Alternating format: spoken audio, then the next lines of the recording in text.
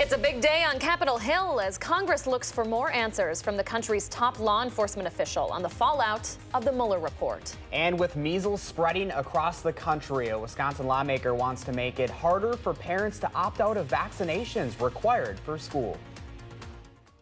From the Channel3000.com Alert Center, this is News 3 Now This Morning. Good morning, Wisconsin, and thanks for staying with us on this Wednesday, May 1st, 6 o'clock in the morning, and it's still raining. Get used to it. Oh, man. We turned the calendar, but we haven't really improved weather-wise at all. What a chilly day yesterday. Highs stayed in the 40s, mid-40s at that, about 20 degrees below where we should be this time of the year. Here's the view from the Edgewater Skycam. Looking pretty gray this morning. It is kind of a dreary start to the day. Good news, though. Just light rain across southern Wisconsin, and the rain will be ending by midday. So we should dry out this afternoon. I know a lot of spring sports have been struggling with the weather. Maybe they'll get a chance to get some games in or practices in later on today with those rain showers coming to an end. It'll be a little bit warmer as well, 54 for the high. That's much better than the 44 yesterday. Still dealing with a northeast wind, though, through the day, only at 5 to 10 miles per hour. Here's a look at your first alert traffic maps this morning. Roads are wet right now. We're not looking at any major delays. Just a few brake lights starting to show up on Stoughton Road as some folks head to work early this morning. No accidents around the area, though, which is great news always. You're still going at posted speeds as you head into Madison. But again, it's a wet start. I got the rain boots on this morning, the umbrella outside. Kind of need it all early. It's kind of a cold rain, too, or just kind of slaps you in the face. A good wake up, I guess. But well, yeah, I'll be honest. If it was 60 and raining, I'd be much happier. Yeah. It's coming. It's coming. We'll there is light at the end of the tunnel. Yes. All right. Thank you, Henny. You're welcome. All right, it is 6:02 this morning. We start this half hour with news just into the Channel3000.com Alert Center. WikiLeaks founder Julian Assange is being sentenced to 50 weeks in prison for bail jumping and hiding out in London's Ecuadorian embassy for the past 7 years. Assange was staying in the embassy to avoid extradition to Sweden on sexual assault charges. He was forcefully removed from the embassy last month and arrested. In other national headlines this morning, Attorney General William Barr will answer questions on Capitol Hill about his interpretation of the Mueller report. Last night, reports surfaced that Mueller himself had confronted Barr about the way he characterized the report, saying Barr failed to provide enough context when summarizing the report's findings. However, a DOJ spokesperson says Mueller does not think Barr's summary was inaccurate or misleading. Based on that report, Barr ruled that President Trump did not obstruct justice. This morning, we are waiting to find out when a shooting suspect at a college campus in North Carolina will make his first appearance in court. At least 2 people were killed and 4 others hurt following the shooting yesterday at the University of North Carolina, Charlotte. It happened near the end of the last day of spring classes. A 22-year-old suspect was arrested. That man was a student at UNC Charlotte and had reportedly withdrawn from all of his classes, but one at the university before the shooting. More local news now. The state of Wisconsin will have to look elsewhere to find homes for 2 convicted child sexual predators after a family in Rock County fought back. Peter Turner says his family first learned about the plan to place 2 predators near his home in Footville back in February. He says when he found out the plan was real, he started writing to leaders across the state and researching Wisconsin's laws on the issue. He says he had no idea why the Department of Human Services would want to place the 2 criminals so close to his family of 7. Even putting them next to our house would be like a source of temptation for them. You know, it's not a good situation. Less than 500 feet away from, a family of 5 kids. Where their bedrooms would be able to see our driveway with our kids riding their scooters back and forth. It's just like, doesn't seem like a good idea. Within a week and a half of hearing from Turner, the state started looking at different housing options, though a Rock County supervisor says the 2 men will still likely be placed within the county. The Wisconsin Supreme Court has restored 82 of former Governor Scott Walker's appointees who were confirmed during the lame duck session. The order issued late Tuesday is a victory for Republicans who control the legislature, who had argued the appointees were legally confirmed and should be allowed to remain in their jobs. Democrat Governor Evers argued the appointees were invalidated after a lower court ruled that the entire lame duck session was unconstitutional. But that ruling was put on hold just days later. On a 4-3 vote yesterday, the Supreme Court overturned a decision by a state appeals court that had sided with Evers. Also at the state capitol today, a lawmaker is reintroducing a bill to stop parents from opting out of getting their kids vaccinated. This proposal from Democratic Representative Gordon Hintz would eliminate the state's personal conviction waiver. Parents could still get waivers for medical or religious reasons. Now, this comes as the CDC confirms more than 700 cases of the measles in 22 states since the start of the year. Hintz says 20 years ago, only 1% of kids in Wisconsin were opted out of vaccinations. Last year, that number was at more than 5%. We're seeing trends heading in the wrong direction. They're probably going to continue to head in that direction, but we have an obligation, to close what really is a loophole that makes it so easy for people to opt out and risk the health and well-being of others. Governor Evers says he supports a bipartisan bill on the issue. The Wisconsin Medical Society, Children's Hospital of Wisconsin, and the state's Public Health Association are among a list of health organizations also backing the proposal. Protesters will be on the steps of the Capitol this morning as part of a statewide strike by Latinx and immigrants in Wisconsin. It's part of the Day Without Latinx and Immigrants, organized by Voces de la Frontera. They're asking state lawmakers to allow undocumented immigrants to get driver's licenses and ID cards. That's a proposal backed by Governor Evers, but has seen opposition from the Republican-controlled legislature. As part of the Day Without Latinx, thousands of people are expected to stay home from work and school today and not buy anything, showing how much of an impact the community has on the state. The protest at the Capitol is scheduled to start at 11 this morning. All right. Put away the phones. National Screen-Free Week is here. Pediatricians hope parents use this time to help cut back on the amount of phone, TV, and tablet time their kids are getting. Christina Laurie joins us this morning to talk about why this is so important for everyone. Certainly. I've been playing on my phone, I'll admit, while you guys were reading the last few stories. But the world, it's changed a lot since we were kids. Even if you watch cartoons like us, now doctors are worried about screen time from TV and phones and tablets. Now, the World Health Organization recently released new guidelines for how much screen time your kids should have each day. And they're similar to what you may have already heard from your doctor, according to the American Academy of Pediatrics. Kids younger than 18 months old should have no screen time at all unless it's FaceTiming grandparents. Until kids are 5, they should only have 1 hour a day. And once they're 6 years old, pediatricians still say you should limit the amount of time they're staring at screens out of concern that it could interfere with their development. Pediatricians, we see what happens to children over a long period of time. So we can see that children who have large amounts of screen usage early in life, we can see the behavior problems, the attention issues, the learning problems that ensue. Dr. Navsaria says it is okay if you have to sit your kid down in front of the TV or on a phone or tablet for a few minutes so you can take a shower or do the dishes, but overall, any media they are consuming should be done with you. This helps them understand what they're seeing and how it relates to the world around them. There are, ironically, lots of online resources to help you figure out how much screen time your kids should have and how to talk to them about that. I've put links to those up on our website, channel3000.com. This is really important to start some good habits at a young age so you don't end up like Josh and I during the breaks just on our phone. And you too. My gosh. I know, I'll admit it. But when I was younger, my parents actually did implement these guidelines on us. And my brother would always get around them because he used his screen time right away and then guilt them into watching it with me. Brothers. Sounds like Levi too if you're watching. Oh, do you guys track your screen time? I do, and it's painful. It is painful to look at. It's like 4 hours a day. Ooh, Josh! I know. But you got to think with the job, it's like we're always on there with the news and Twitter. Playing and the job. Facebook. Yeah, for the job. For the job. We know how Josh I'm is. trying to help myself feel better, but oh well. Christina Laurie with some good advice, though, this morning. We appreciate it, Christina. Put the phone away. Thanks, guys. All right, it is 6:08 this morning, and Hattie says there's a chance of more rain this morning, but at least it's going to be a little warmer. We're trying to look for the positives here, folks. Her first floor forecast is straight ahead. And speaking of positives, we have an update on how a local group of Girl Scouts is helping to bring some sunshine to soldiers overseas. We love that story, and it's coming up next on News 3 Now this morning.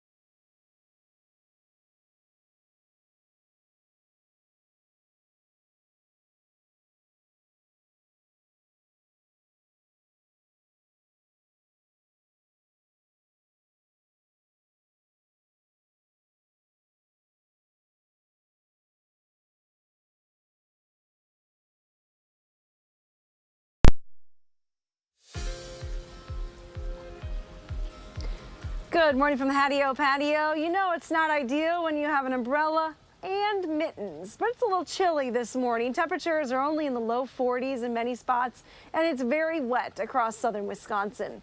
Wanted to let you know, though, first about a promotion that we have going on here at News 3 Now. NOAA weather radios are for sale at Hy-Vee and Fleet Farm stores in the area. They are the kind of radios that you can program for specific counties, so you won't be alerted any more than necessary, especially in the middle of the night. That is very helpful. And for every radio purchased, a donation will be made to the Southwest Wisconsin region of the American Red Cross. Now, if you need some help programming that radio, tonight, News 3 Now meteorologist will be at the Hy-Vee in Fitchburg on Highway PD, just west of the 18151 highway there, programming radios from 5 to 7 p.m. So if you need a little help, come on out. We'll get your radio set up for you. No problems. Here's a look at our temperature trend over the last 24 hours. We haven't had any severe weather in the area, but boy, it's been chilly. It is the 1st of May. We should be hitting highs in the 60s. Yesterday, we stayed steady in the low to mid 40s. We've added up over the last couple of days anywhere from 1/10 of an inch of rain to about 1/4 or 1/2 an inch in most spots. Higher amounts, though, in far southeastern Wisconsin. They're up closer to an inch over the last couple of days. And again, that light rain continues for the area.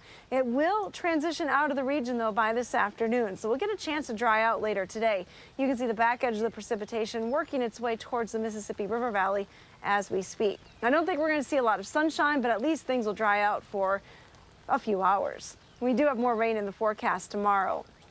Here's a look at your weather track, which is satellite and radar combined. And again, there are a few holes developing in the cloud cover across parts of Minnesota and Iowa, but you see how quickly they fill in. So our chances for sunshine are pretty limited today. Temperatures in the 30s to the north, 40s here to the south. At least we're in the 40s this morning. 42 here in Madison, 40 in the Dells, 43 in Mineral Point, as well as Monroe. There isn't a huge issue with fog here, but visibility along the lakeshore counties and now in Waukesha is less than a mile. Your future track forecast model taking the rain out of the area pretty quickly this morning.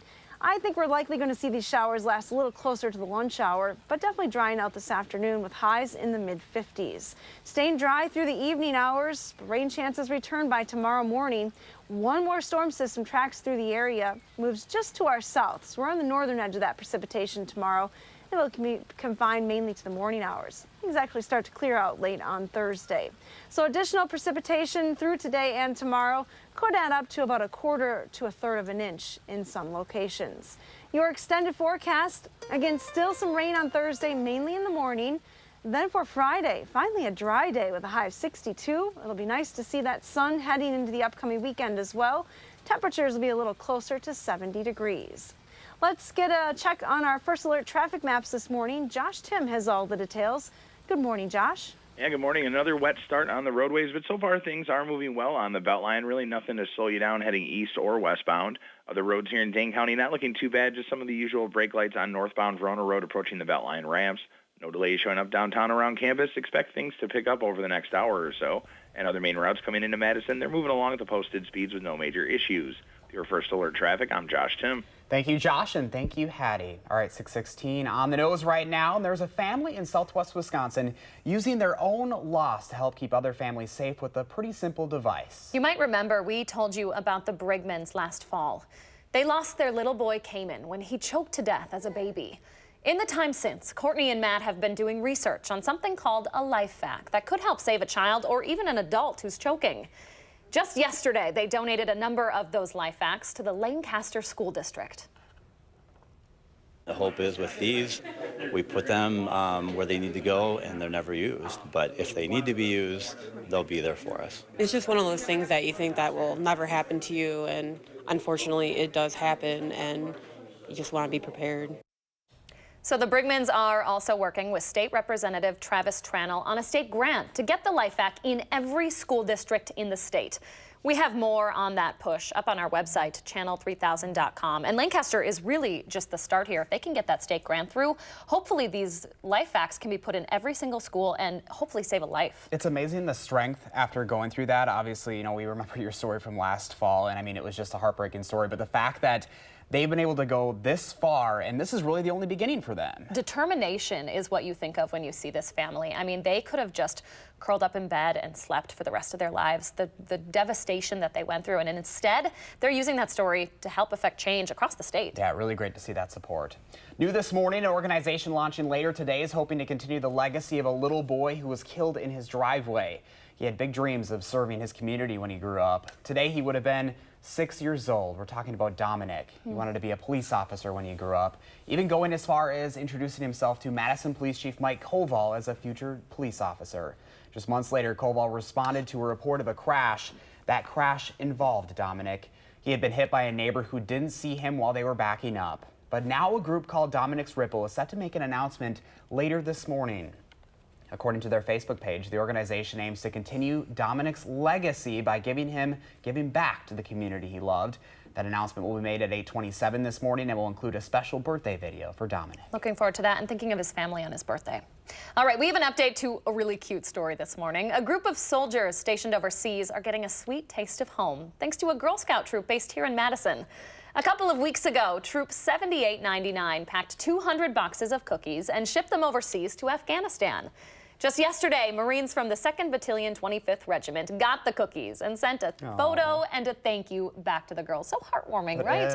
Their first sergeant said nothing puts a smile on a Marine's face, or anyone's face, really, quite like Girl Scout cookies. And the little things, like their favorite box of, looks like those might be Thin Mints, maybe some caramel cookies there, can help to make the time go by a little bit easier. Oh, I love that. You know, it's like one of those things, obviously they sent a lot of them overseas, but just one of those things like just a little bit can make a huge difference for the people that are over there for us. You know, it's just amazing impact. Makes them feel like someone is thinking about them back here, even folks they don't know. It really does. Love those supporting stories. All right, still ahead for us this morning, Giannis and the rest of the Bucks gave the Boston Celtics a reason to fear the deer once again. Picking up a big win in Game 2 of their playoff series. We'll have the highlights and reaction from Milwaukee coming up. And we are continuing our wet and dreary week on this Wednesday. Sorry, folks. You're going to want to make sure the kids have a rain jacket at the bus stop yet again. There is an end in sight, though, I promise. Hattie's tracking the radar next on News 3 Now this morning.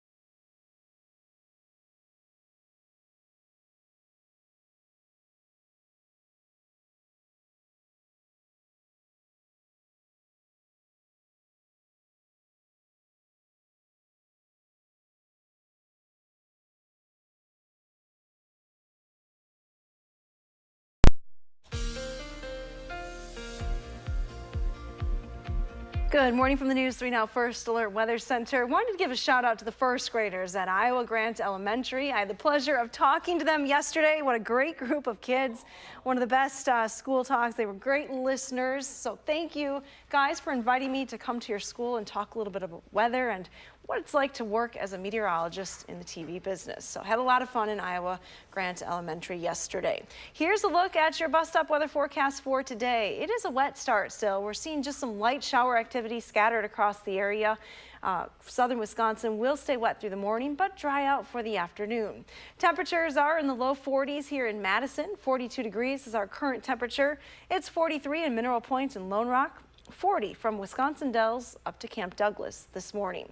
So as you head to the bus stop, again, you're probably going to need that umbrella heading to school. You won't need it on the way home though, and temperatures will actually be a little bit warmer than yesterday, hitting highs in the mid-50s. Have a wonderful day. Warmer is good, Hattie. Thank you. It is 6:23 right now, and after a pretty embarrassing loss in Game 1, the Bucks needed a win last night against the Boston Celtics. Things went much better for the Bucks in Game 2, winning 123-102. Our Melissa Kim has more from the Fiserv Forum. So last night before Game 2, I was watching Chris Middleton in pregame warmups, and he spent a lot of time in particular shooting threes. And honestly, that was the difference last night. He made 7 of 10 from beyond the arc, and the team as a whole making 23-pointers. And according to head coach Mike Budenholzer, a much better and honestly much needed effort. I think that's more what we're accustomed to seeing. I liked our spirit, our activity, our competitiveness, all up and down the roster, obviously. You know, Giannis and Chris and Bled really set a tone. You know, all I can do is just trust my teammate and, you know, go back and look at the tape and see what I did wrong, what I did right, and just come into Game 2 with the mindset to be aggressive and make the right play. So now the series evened up before it heads to Boston for Games 3 and 4. The last time the Bucks played at the TD Garden in Boston, they won by 13 points. That was in December. At Fiserv Forum, Melissa Kim, News 3 Now this morning. Melissa, thank you. It is 6:25 right now, and there was a special group of fans in the stands at last night's game coming from halfway across the globe. We're going to introduce you to them coming up in our next half hour. You're not going to want to miss that. And it might be hard to get the kids up and active during such a rainy week, but it is National Screen Free Week. We're going to tell you how much screen time they should be getting. And guess what? It's probably a lot less than you think. That and more local news is ahead on News 3 Now this morning.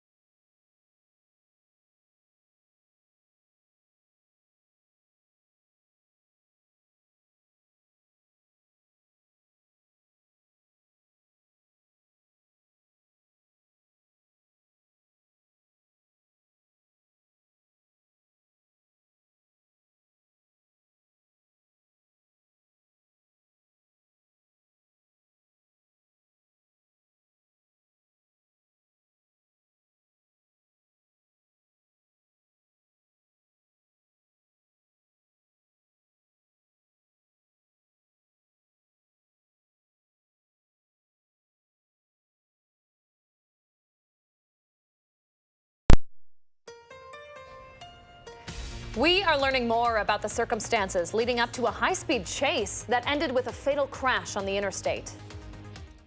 From the Channel3000.com Alert Center, this is News 3 Now this morning. Good morning, folks, and thanks for staying with us on this rainy Wednesday, May 1st. But we have to tell you, there is an end in sight. We're looking at a gorgeous weekend in store. That's all. It's like the tunnel vision, right, to the weekend. Know. Yep, unfortunately, Hattie's got that umbrella once again this morning, but she is rocking it out there on that patio. Hey, Hads.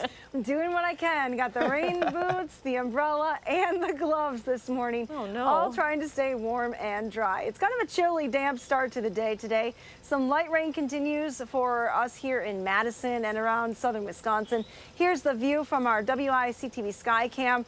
Lots of raindrops on the camera lens this morning, so not able to see a whole lot. Visibility is not a huge issue, although it has dropped to 1 mile here in Madison. There's some fog from Waukesha over to Milwaukee as well, where visibility is down to 1/4 of a mile there. So be aware of that if you have plans of taking into Milwaukee early. The rain continues for southern Wisconsin, but it's scattered and relatively light this morning. No severe weather is expected. In fact, I do expect these showers to taper off by midday today, so we should get a chance to dry out for the afternoon. Take a look at that probability of precipitation. Stays pretty high through the morning hours, but really drops off starting at 1 p.m. So that's good news. We'll at least get a dry afternoon and evening. Now our temperatures are in the low 40s this morning. We are going to warm just a little bit more than we did yesterday. Yesterday's temperatures stayed steady in the mid 40s. Today we'll make it back into the 50s, topping at 54 degrees later on this afternoon. Here's a look at your First Alert traffic maps this morning. We'll see what's happening on the roads. Looks like there is an accident showing up north of Madison. This is on County Road M right at Westport Road, so be aware of that. There we go, get those traffic maps back. No issues though right now on the Beltline. Other routes heading into Madison, a little bit slower than normal on Verona Road as you head towards the Beltline. You're just adding an extra minute right now though, but I would expect volume to increase as we go through the next hour. Ooh, Hattie, let's try and focus on the positives here. At least it's warmer than yesterday. That's true.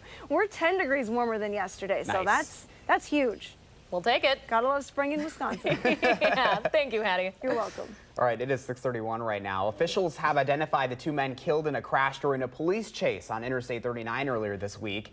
Terrence Phillip Simmons, born in 1995, and Terrence P. Simmons, born in 1994, have been identified as the 2 men in the vehicle that crashed Monday. Both have extensive criminal histories. Police say the younger man was suspected of beating a woman in Schofield and then taking her from the scene on Sunday. Authorities were able to locate the woman believed to be the suspect's girlfriend and get information on the suspects. They found the younger man's car in Columbia County Monday, which led to the police chase. That's when the suspects crashed into a semi-trailer, killing both of them on impact. Police are now working through questions that may go unanswered as the investigation into the officer-involved deaths is ongoing. All right, an update now on a story we told you about yesterday morning. You will soon be able to grab a beer with your Gordita Crunch at the State Street Taco Bell Cantina. This comes after last night's city council meeting, where the council approved an agreement to allow the restaurant to serve beer and wine until 10 p.m. Back in 2017, the council approved a license for that location, but it was later vetoed by then Mayor Paul Soglin. There were 2 failed attempts to override that veto later, until just last week when new Mayor Satya Rhodes-Conway and other council members introduced a resolution to end the dispute. The Common Council also approved a proposal to give people more time to pay off their parking tickets in Madison. That resolution passed with no discussion last night. The idea is to give people at least 2 weeks to pay them off before the fine increases. That's enough time for a paycheck for most to come through so they can pay. At least one parent here in Madison wants to know if she'll ever get her money back after a music school closed its doors this week with no warning. Just last Friday, Rhapsody Arts Center was encouraging people on Facebook to sign up for their summer classes. But then, on Monday, they announced they were shutting down. An email to customers said, quote, refunds will be issued as funds permit, but larger debts must be paid first. Not even an apology. It just says we're closing and it's unfortunate and we'll get you your money if we can, basically. Rhapsody Music Center has not responded to our request for comment.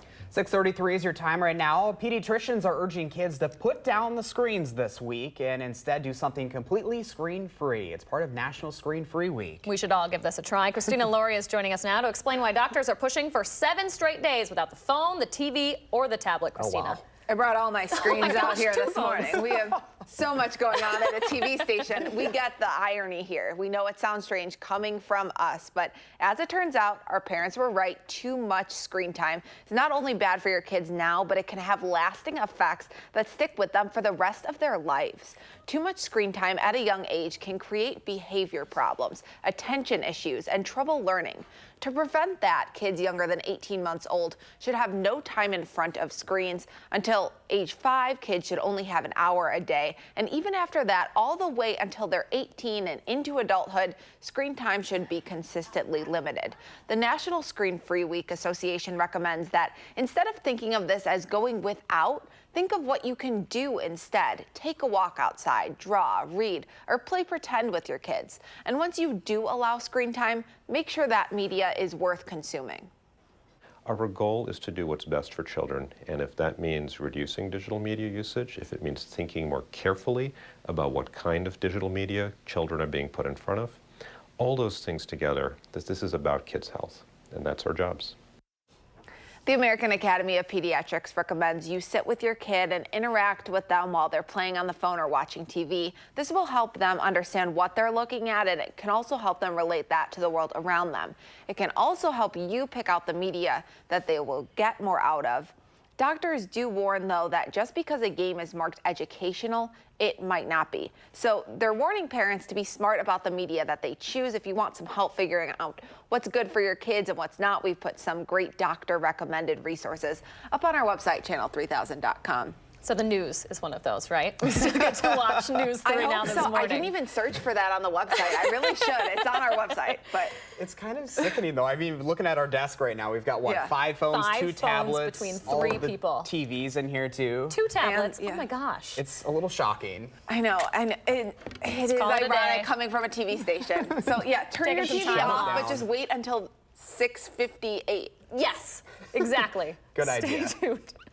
Christina Laurie with all the tips this morning. Thank you, Christina. Thank you, guys. All right. Josh is probably the resident fitness fanatic here on the morning team. Are you? No. No, I am. That's you. But I have nothing on an area nurse who's taking it to another level. Yeah, Leah can hold her own, but I don't think she can keep up with the fittest nurse in America right here in Madison, folks. We'll tell you how he earned that title on News 3 Now this morning.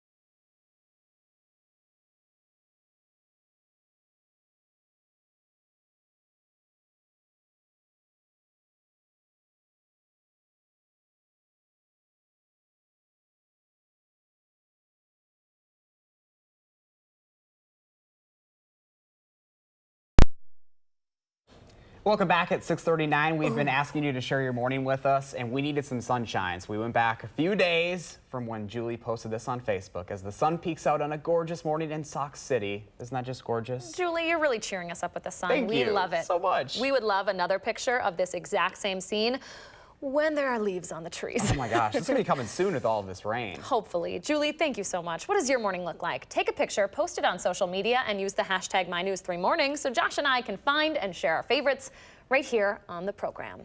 Okay, so I have recently taken up CrossFit, and I'd like to sort of think I know what I'm doing, but there's a gentleman here in Madison that's definitely showing me up. Take a look. Brandon Arndt has qualified to compete in the big CrossFit Games this coming summer, and he came out in a special subcategory. In case you can't tell right there, he's the fittest nurse in America. Whoa. Brandon works in the emergency room at SSM Health St. Mary's, and on top of his full-time job that consists of long hours on his feet, you can tell the 27-year-old is logging some pretty serious hours at the gym. It is tiring working a 12-hour shift. I definitely don't work out after a shift. I work out before a shift. If anything, it energizes me. It gives those endorphins, that dopamine, quick spike before I go into work, so I'm feeling really good.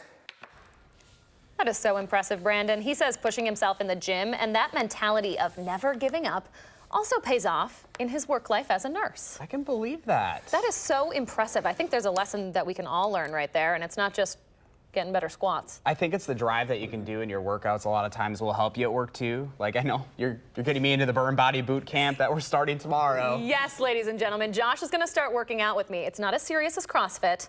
We might throw in some burpees. Oh my.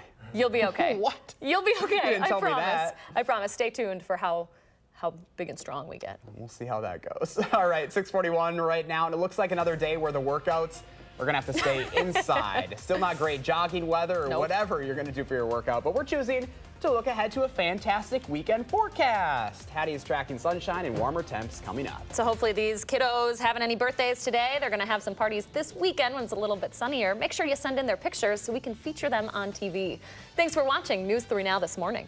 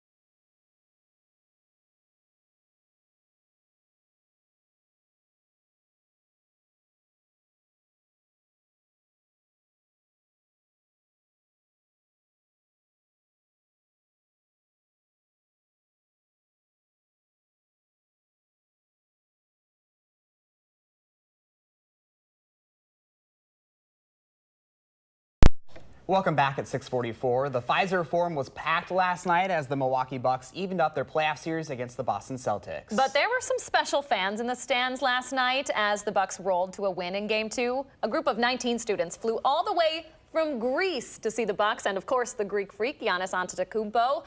The teens won the trip through a recycling contest. Needless to say, they were pretty excited to see Giannis play as he's become a bit of a national hero in Greece.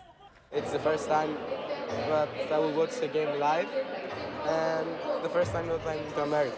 We're very proud to have somebody from our country representing Greece in the NBA and actually playing so well as Giannis is. He's a really good player and everyone talks about him. That's cute. Hey, he's a national hero here in the U.S. too, folks. Turns out the kids may be good luck. Giannis scored 29 points and grabbed 10 rebounds as the Bucks beat the Celtics 123-102. Game 3 is Friday night in Boston. How neat. That is neat. All right, over to Hattie McLean now with a little bit of a rainy forecast, but some good news at the end of the tunnel, right? That's true. Things are going to improve as we head towards the end of the week. Kind of a gray start this morning, though.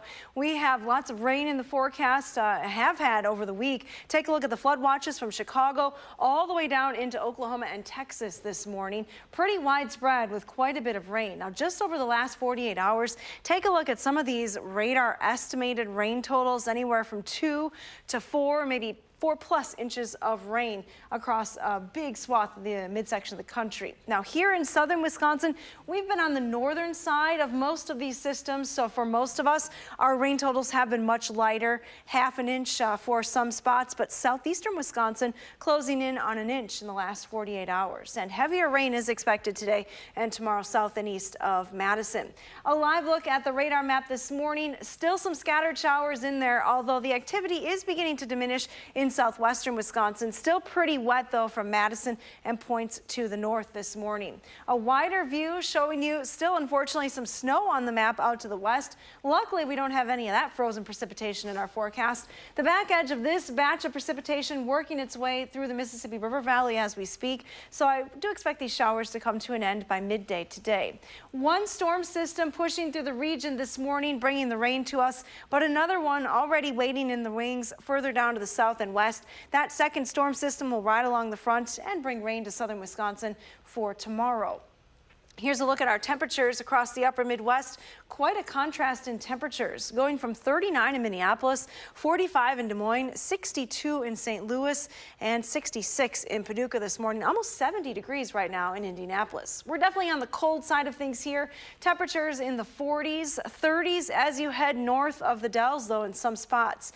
Take a look at your future track forecast model. It clears the rain out pretty quickly. I think we'll likely see the rain last just a little bit longer than this forecast model is predicting, but drying out for the afternoon. Temperatures will climb into the 50s. Yesterday's highs were in the mid-40s, so today will feel a little bit better. Clouds hanging around through the evening, but no rain in the forecast. That next round of rain arrives tomorrow morning and then continues through the morning on Thursday. Here's a look at total precipitation from today through tomorrow. We're looking at possibly 1/4 of an inch in some spots, higher amounts south and east of Madison. Our extended forecast still on track for some nice days, Friday and Saturday. Just a chance for rain on Sunday. Looks like high temperatures will be a little bit more comfortable this weekend in the upper 60s. Take a look at Bella in Edgerton. Oh, I want to play fetch with Bella. What a cutie. Look at those eyes. I know. I think Bella's probably sick of being wet outside. Maybe. Should dry out this afternoon, though. This weekend. Get outside, Bella. Thank you so much, You're Hattie. welcome. Stay with us. The Morning Sprint is up next on News 3 Now This Morning.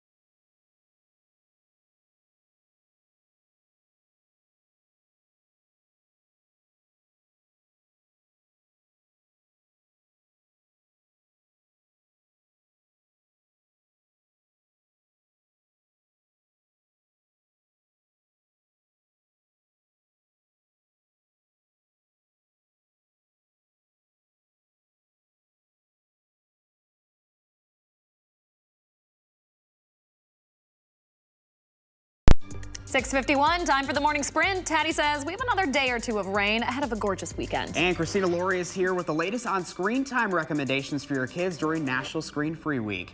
But we start in Washington this morning, where Attorney General William Barr is scheduled to testify on Capitol Hill today about his interpretation of the Mueller report. Mueller himself has reportedly confronted Barr about the way he had characterized the report, saying Barr's summary lacked context. But according to the DOJ, Mueller does not think Barr's interpretation was inaccurate or misleading.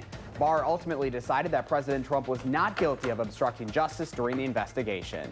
We are waiting to find out why a 22-year-old college student opened fire on the campus of UNC Charlotte yesterday, killing 2 people and injuring 4 others.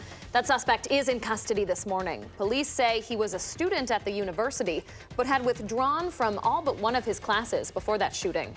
A former Minneapolis police officer is now waiting to learn how long he'll spend in prison after being convicted of murder. A jury found 33-year-old Mohammed Noor guilty of third-degree murder and manslaughter in the death of Justine Damon yesterday. Noor shot and killed Damon while responding to her 911 call of a possible assault near her home in July of 2017. He claimed he feared for his partner's life when Damon approached their squad car in the dark alley.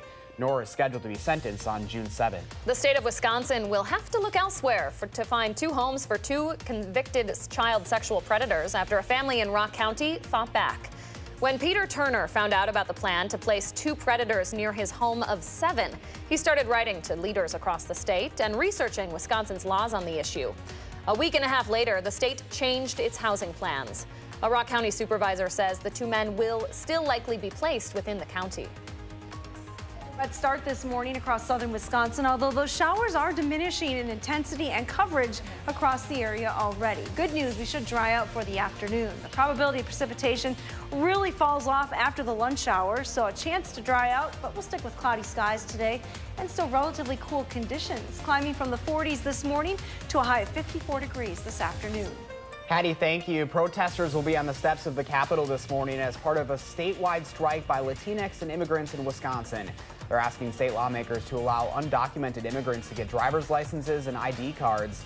That's a proposal backed by Governor Evers, but has seen opposition from the Republican-controlled legislature.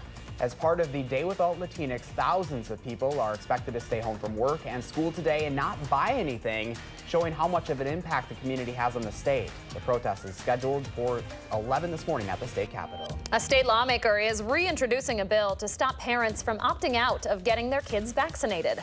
The proposal from Democratic Representative Gordon Hintz would eliminate the state's personal conviction waiver. Parents could still get vaccination waivers for medical or religious reasons. This comes as the CDC confirms more than 700 cases of measles in 22 states since the start of the year. Hintz says 20 years ago, only 1% of kids in Wisconsin were opted out of those vaccinations. Last year, that number was at more than 5%. The Wisconsin Supreme Court has restored 82 of former Governor Scott Walker's appointees who were confirmed during the lame duck session. The order issued late Tuesday is a victory for Republicans who control the legislature, who had argued the appointees were legally confirmed and should be allowed to remain in their jobs. Democrat Governor Tony Evers argued the appointees were invalidated after a lower court ruled that the entire lame duck session was unconstitutional. On a 4-3 vote yesterday, the Supreme Court overturned a decision by the state appeals court that had sided with Evers. You are probably noticing some changes to your Facebook app this morning. Well, it's all part of a redesign that's moving away from the newsfeed and focusing instead on user privacy. CEO Mark Zuckerberg says it's in response to critics and regulators who insist the newsfeed has helped to spread hate speech and misinformation. Facebook is also ditching its signature blue banner at the top of the page. We know this sounds weird coming from a TV station, but it is National Screen Free Week, so after this show, of course, consider turning off your screens. Too much screen time is particularly problematic for kids. That's why this week, pediatricians are asking parents to take a good look at how often they're letting their kids watch TV or play on phones and tablets, as well as what they're watching or playing. Here are the basic guidelines. The American Academy of Pediatrics and the World Health Organization both agree that kids 18 months and younger shouldn't have any screen time. Up until your kid is 5, they should only consume 1 hour's worth. And after that, it's your call. We've put some resources to help on our website, channel3000.com. Thank you so much, Christina. 6:56 now. Let's turn it over to Josh Tim with a look at your first alert traffic. Hey, Josh. Yeah, good morning. Starting to pick up on the westbound Beltline. Some of the brake lights popping up between Stoughton Road and West Broadway. It's going to add an extra minute or two to your drive time. Inbound John Nolan is moving well so far until you get under the Monona Terrace, then looking at a few-minute delay approaching the Willie Street intersection. And other main routes coming into Madison, they're moving along at the posted speeds with no major issues. Your First Alert Traffic, I'm Josh Tim. Thanks so much, Josh. And on this Wednesday morning, a very gray start to the day and wet one as well across parts of southern Wisconsin. Showers will be diminishing as we head towards the lunch hour today. That's good news. We get a chance to dry out this afternoon. Still a little cool for this time of the year, but better than yesterday with a high of 54. We'll show you some good news. We still have dry weather in the forecast for Friday and Saturday. Temperatures will be climbing back into the 60s with that sunshine. Just a chance for rain later on Sunday, so actually looks like a pretty nice weekend, given what we've endured this week. Good timing with that sun. All right, Hattie, thank you. And thank you so much for joining us this morning. We will see you back here tomorrow. In the meantime, grab that umbrella when you head out this morning. Go make it a great day.